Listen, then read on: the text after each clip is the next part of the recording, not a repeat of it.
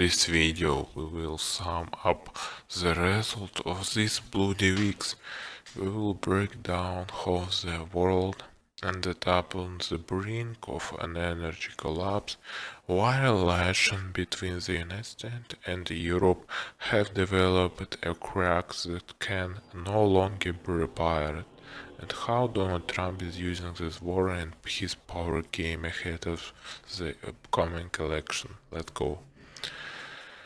We will talk into the mirror world of geopolitics to understand who is actually profiting from this catastrophe while Iran descends into chaos.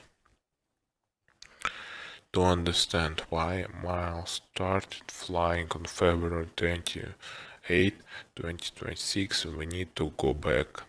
The entire year of 2025 passed under the sign of a silent war. Israel was methodically eliminating Iranian scientists and infrastructure through which targeted strikes. By the summer of 2025, it became clear diplomacy was dead. Iran, accused by sanctions and internal protests, began to lose legitimacy. The regime understood either they demonstrate strength or they collapse from within. The United States, under the leadership of returning or triumphantly advancing Trump, shifted its strategy from containment to dismantlement. Iran's main weapon in this war was not nuclear warheads, which it officially did not possess, but the Strait of Hormuz. When on March 4 the Islamic Revolutionary Guard Corps announced the closure of the strait and deployed naval mines, the global economy took a massive hit. Around 20% of the world oil and 25% of liquid natural gas passed through his bottleneck. The consensus price Brent crude jumped to $120 per barrel. In Germany, a liter of gasoline became so expensive that people switched to vehicles not out of love for the environment but out of necessity. Hunger in the Gulf countries, which import up to 80% of their calories throughout this road, faced a alarming food crisis. Europe energy collapse. Qatari gas stopped flowing. Europe barely recovering from its break with Russia, falling in self-trapped again, with its only option being extremely expensive supplies from the United States. Donald Trump in this war behaves like a champion who insists he is the best in the world. His administration has set 5 goals, ranking from destroying Iran navals, capabilities to achieving regime change. But where does the persuade irrationally common? In the fact that he ignores the established rules of the game. Trump threatens NATO allies for their insufficient support in the Gulf, while simultaneously easing restrictions on Russian oil to bring down full process in place like Ohio ahead of the election. His rhetoric swings from "we will destroy them tomorrow" to "I'm ready for a deal right now." The world sees a president making decisions impulsively, driven by approval ratings rather than intelligence assessments. This creates a vacuum of trust. European leaders no longer ask, what will the United States do? They ask, what will Trump post on social media in 5 minutes ago?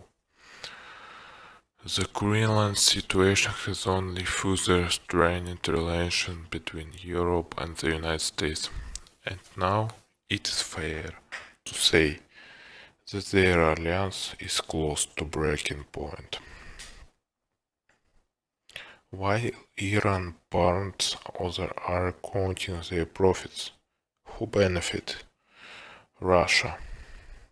Rising energy prices and the temporary easing of pressure because the US urgently needs more oil on the market have given Moscow breathing room, as well as additional funding for its military operation in Ukraine.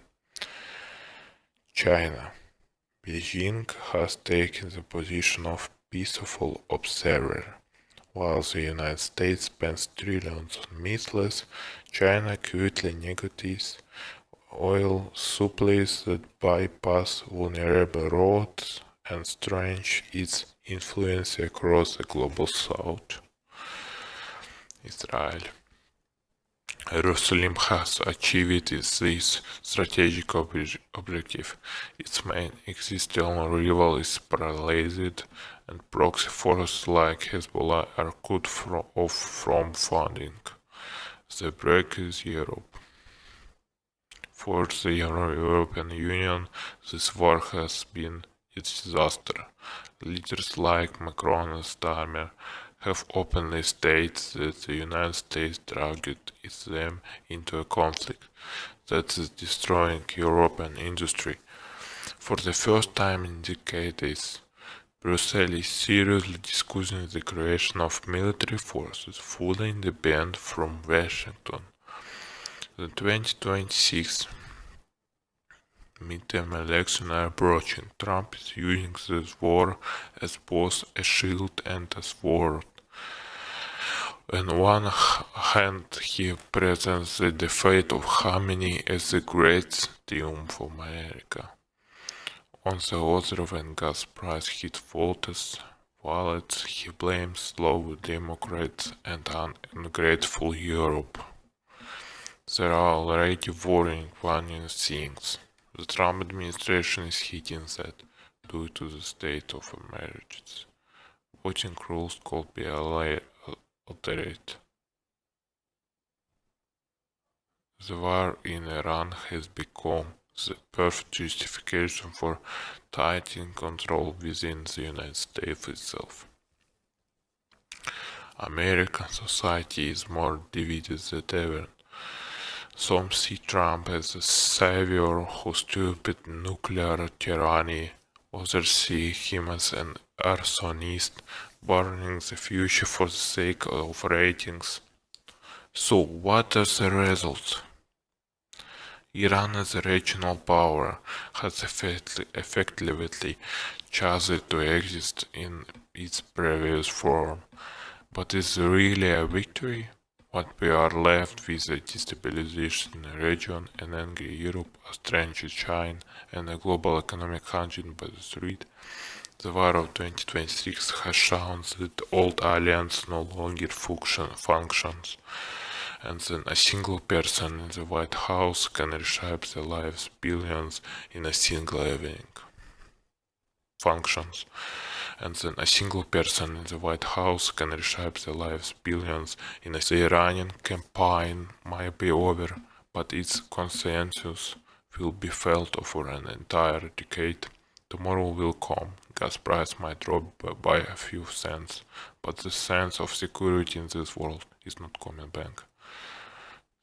Thank you for watching. What do you think about Trump's actions in this conflict? Please write in the comments.